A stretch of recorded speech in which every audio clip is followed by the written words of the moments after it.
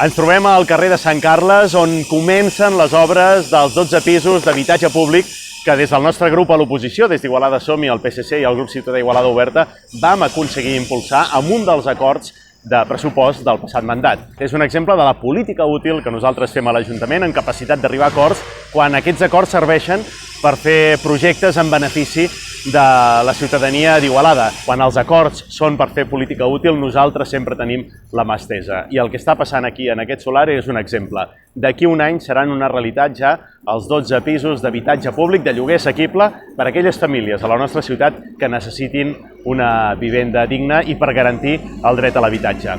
Feia 12 anys que a Igualada no es construïa habitatge públic i des del nostre grup hem aconseguit que després de 12 anys comenci la primera promoció d'habitatge públic a la nostra ciutat. Ho celebrem i esperem ja veure'ls fet una realitat.